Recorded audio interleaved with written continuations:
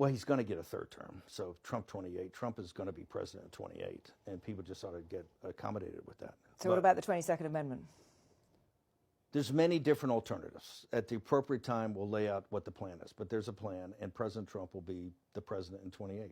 We had longer odds in 16 and longer odds in 24 than we got in 28. And President Trump will be the president of the United States, and the country needs him to be president of the United States. We have to finish what we started. And the way we finish it through Trump. Trump is a vehicle. I know this will drive you guys crazy, but he's a vehicle of divine providence. He's an instrument. He's very imperfect. He's not churchy, not particularly religious, but he's an instrument of divine will. And you can tell this of how he's pulled this off.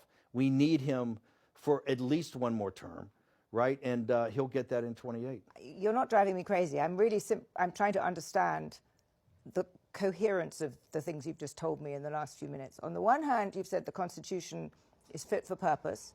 Secondly, you've said that President Trump needs another term, even though the 22nd Amendment makes pretty clear that he cannot have another term. Why does it make that clear?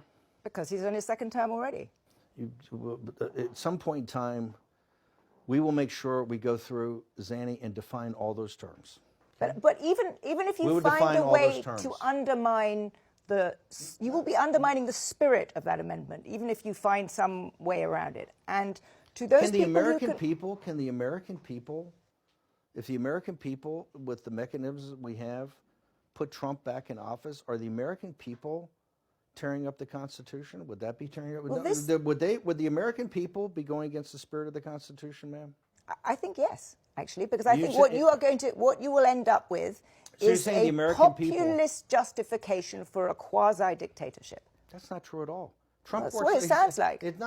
Trump is a dictatorship. Did you just see the compromises he had to make on the big, beautiful bill? You see the compromises he has to do on everything, on accommodating Zelensky, on what President Trump. President Trump is nothing but a series of negotiations to kind of keep this thing rolling forward, where he's having trade-offs all the time. But Steve, you've just spent the last 20 minutes telling me we have to smash the other side. There's no room for debate. There's no room for compromise. We must smash them. And now you're telling me this is a negotiation. I mean, that's no. I guess that's why on some his kind of tension First off, the only way President Trump wins in 2028 and continues to stay in office is by the will of the American people.